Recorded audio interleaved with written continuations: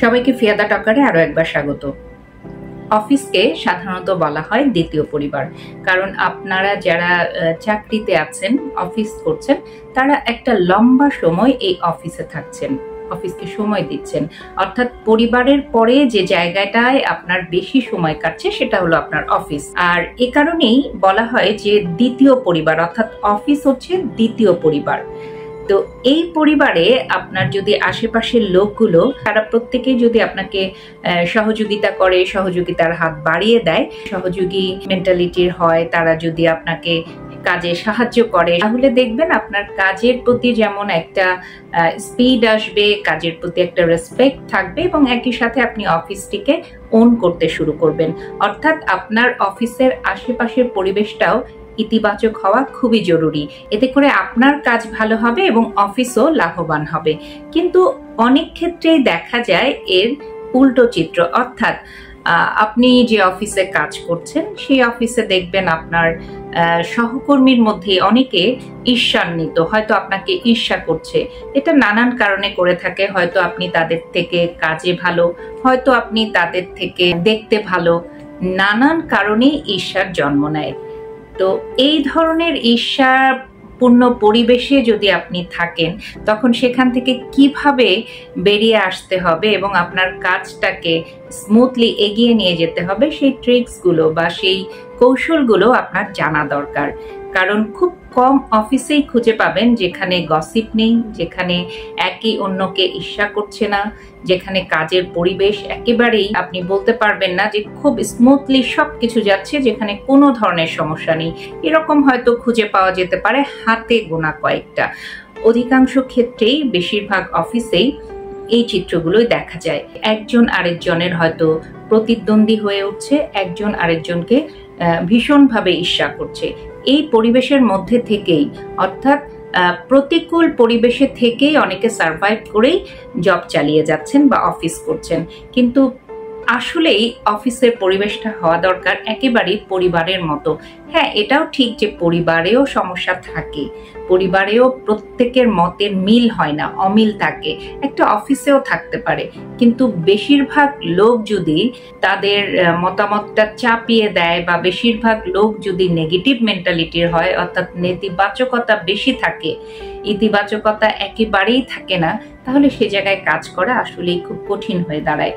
কিন্তু এরকম কাজের পরিবেশের মধ্যেই নিজেকে ইতিবাচকভাবে গড়ে তোলা এবং আশেপাশের লোকগুলোকে, মানুষগুলোকে তার মধ্যে নিয়ে আসার চেষ্টাটা করতে হবে।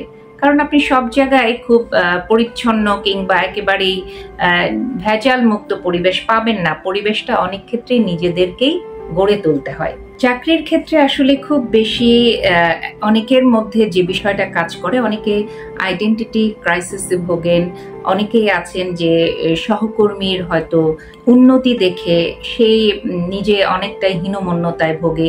এই বিষয়গুলো আপনি আইডেন্টিফাই করতে পারেন এবং আপনি যতটা সম্ভব তার সাথে অনেক সহজ হয়ে যেতে পারেন, তাকে সহানুভূতি দেখাতে পারেন এবং একরকম একটা আস্থার জায়গা তৈরি করে নিতে পারেন।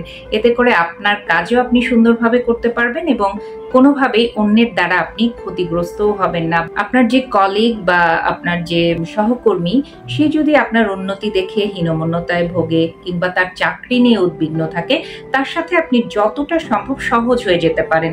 তাকে অন্তত এটা বোঝাতে পারেন যে আপনি আপনার মতো কাজ করছেন, তিনিও যদি আপনার মতো কাজ করেন তাহলে তার উন্নতিও সম্ভব।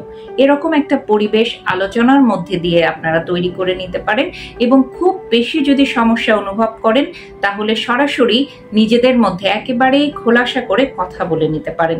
এক্ষেত্রে অনেক সময় পরিবেশ প্রতিকূলে থাকলেও সেটা অনুকূলে চলে আসে।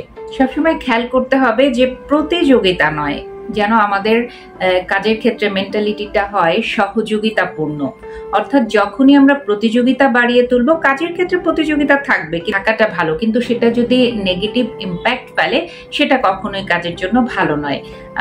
আর অন্যরা যারা নিজেদেরকে একটু দুর্বল মনে করছে, যারা একটু পিছিয়ে, তাদেরকেও আপনারা বিভিন্ন কাজে ইনভলভ করতে পারেন। কাজের বিভিন্ন কাজে ইনপুট তারা যেন দেয় সেই বিষয়টা একটু মনিটরিং করতে পারেন এবং তাদের সাথে যতটা সহজ হওয়া যায় সেই সহজ সম্পর্কটা তৈরি করে নিতে পারেন। তারা যদি কোনো কাজ করে থাকে ভালো, সেটার জন্য তাদেরকে অ্যাপ্রিসিয়েট করেন, তাদের অবদানকে মূল্যায়ন করেন। ঈর্ষার অনুভূতি কমিয়ে সহযোগিতামূলক আচরণ তৈরি করা, সহযোগিতামূলক পরিবেশ তৈরি করা, এই বিষয়টার দিকেও খেয়াল রাখতে পারেন। চাকরির ক্ষেত্রে সবচেয়ে বড় এবং খুব জরুরি একটা বিষয় হচ্ছে পেশাদার মেন্টালিটি, অর্থাৎ আপনার প্রফেশনাল অ্যাটিটিউড, অর্থাৎ পেশাদারিত্ব আপনার কাজের মধ্যে থাকতে হবে। আপনার মধ্যে যখন পেশাদারিত্ব থাকবে তখন আপনি গসিপ বলেন, একে অন্যকে ঈর্ষা করা বলেন, এই বিষয়গুলো খুব একটা আপনার গায়ে লাগবে না, বা এই জিনিসগুলো আপনার কাজে কোনো ধরনের বিঘ্ন ঘটাবে না, কারণ আপনার পেশাদারিত্বর মধ্যে দিয়ে আপনার কাজে ফোকাস থাকবে। অর্থাৎ কাজে যখন আপনার ফোকাস থাকবে তখন আপনি গসিপ এড়িয়ে চলতে পারবেন। আপনার মধ্যে যখন পেশাদারিত্ব থাকবে তখন আপনার মানসিক ডেপথটাও অনেকেই অনুভব করবে এবং সেভাবে তারাও কাজের দিকে অগ্রসর হবে।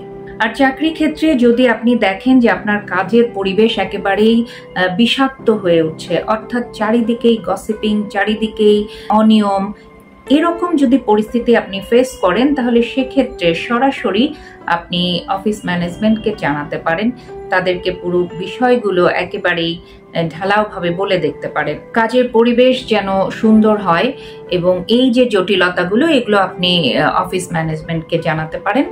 আর সবচেয়ে বড় কথা যে কাজের ক্ষেত্রটা পরিচ্ছন্ন হওয়া খুবই জরুরি। যখন আপনি একটা পরিচ্ছন্ন পরিবেশে কাজ করবেন তখন আপনার কাজের অগ্রগতি খুব দ্রুত হবে। পরিচ্ছন্ন কাজের পরিবেশ আপনার শারীরিক এবং মানসিক উভয় ক্ষেত্রেই খুব প্রয়োজন। আপনি যখন মানসিকভাবে স্বাচ্ছন্দ্য বোধ করবেন তখনই আপনি আপনার কাজকে অনেক দূর এগিয়ে নিয়ে যেতে পারবেন কাজের পরিবেশে। তাই চলুন আমরা যেন সহযোগিতাপূর্ণ আচরণ প্রদর্শন করি, কখনোই প্রতিযোগিতামূলক নয়। ভালো থাকবেন সবাই। আবারও নতুন কোনো বিষয় নিয়ে খুব দ্রুত ফিরে আসবো। চোখ রাখবেন ফিয়াদা টকারে।